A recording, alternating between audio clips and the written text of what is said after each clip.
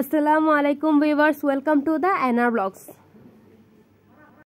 আজকে আম্মু রান্না করছে চিংড়ি মাছ, ওলো মাছ, ওইটা মাছ, তাছাড়া আরও বিভিন্ন মিক্সড মাছ কতগুলো দিয়ে মূলা দিয়ে রান্না করছে একটা সবজি হিসেবে। যেহেতু মূলাটা সবজি হিসেবে রান্না করছে তাই পাশাপাশি একটা মাছের তো প্রয়োজন আছে, তাই ওলো মাছ, তারপর হচ্ছে নরম নরম পোহা মাছ সব হচ্ছে হলুদ, মরিচ, লবণ এসব কিছু দিয়ে মেখে কিছুক্ষণ রেখে ফ্রাই করে নিচ্ছে যাতে মূলার সাথে খাওয়া যায়। এবার আসি মেন রান্নায়। প্রথমে একটি পাত্রে তেল গরম করে নিচ্ছে, তেল গরম করে নিয়ে সেখানে দিচ্ছে হচ্ছে বেশি করে পেঁয়াজ কুচি। আসলে তরকারিতে পেঁয়াজ যত বেশি হয় ততই ভালো হয়।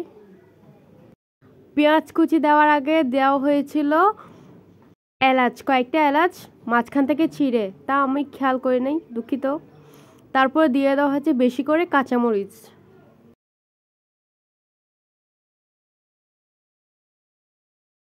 পেঁয়াজ নরম হয়ে আসলে সেখানে দিয়ে দেওয়া হবে মরিচ বাটা। আসলে আমি মূলার রান্না করার থেকেও স্যালাড বানিয়ে খাওয়াটা বেশি পছন্দ করি। মূলা কুচি কুচি করে সেখানের মধ্যে লবণ, বিট লবণ মেখে খেয়ে দেখবেন একবার, অবশ্যই ভাল লাগবে। তারপর দিয়ে দেওয়া হচ্ছে অল্প করে মাছের মশলা, রেডিমেড মাছের মশলা।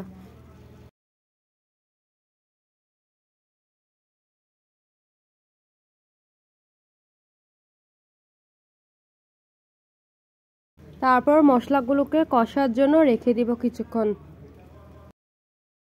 অপর পাশে দেখে নিচ্ছি মাছগুলো কতটুকু ভাজা হয়েছে। দেখে বোঝা যাচ্ছে যে এক পাশ ভাজা হয়ে গেছে, তাই কিছুক্ষণ পর উল্টে দেওয়া হবে। এখন চলে আসি মূলা রান্নার মধ্যে। সেখানে যখন মশলা কষিয়ে গেছে তখন অল্প করে পানি দিয়ে দেওয়া হলো যাতে মাছ দিলে মশলাগুলো লেগে না যায়। তারপর মাছ দিয়ে দেওয়া হলো, মাছগুলো দিয়ে ভালো করে নেড়ে দেওয়া হচ্ছে।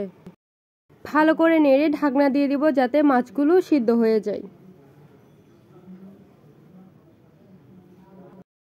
মাছগুলো একটু সিদ্ধ হয়ে আসলে সেখানে দিয়ে দেব মূলোর টুকরাগুলো।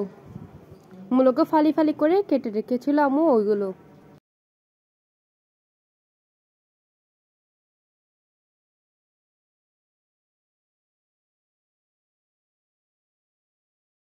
মূলা দিয়ে সাথে সাথে উপরে ঢাকনা দিয়ে দিব যাতে একটু কষে যায়। দেখেন মূলাগুলো কি সুন্দর করে কষে গিয়েছে। তারপর ঢাকনা খুলে সেখানের মধ্যে দিয়ে দেওয়া হবে টমেটো টুকরা, বেশ বড় বড় ফালি করে টমেটো টুকরা দিয়ে দেওয়া হলো। তারপর বেশ খানিকটা পানি দিয়ে দেওয়া হলো যাতে মূলাগুলো ভালো করে রান্না হয়ে যায়। তারপর ঢাকনা দিয়ে অনেকক্ষণ রান্না করে নিব। তার কিছুক্ষণ পর ঢাকনা খুলে দেখবো বলক চলে এসেছে কিনা। তার উপরে অল্প বলক চলে আসলে অল্প করে ধনে পাতা ছিটিয়ে দিব। এই তো শেষ হয়ে গেল রান্না। এই ফাঁকে অল্প করে লবণ চেক করে নিন যে নুন ঠিকঠাকভাবে হয়েছে কিনা, তারপর নামিয়ে নিব।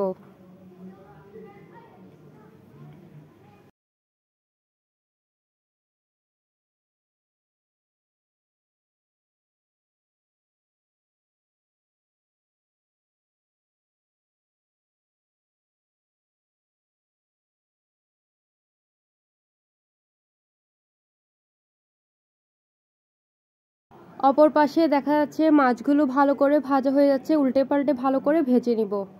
মাছ ভাজা হয়ে গেল, মূলার তরকারি রেডি হয়ে গেল। এখন বসে পড়লাম খাবার জন্য। তো অল্প করে ভাত নিলাম।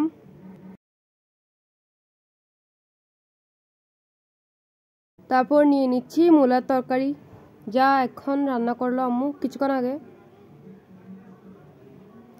এই তো খাওয়া শুরু করে দিলাম।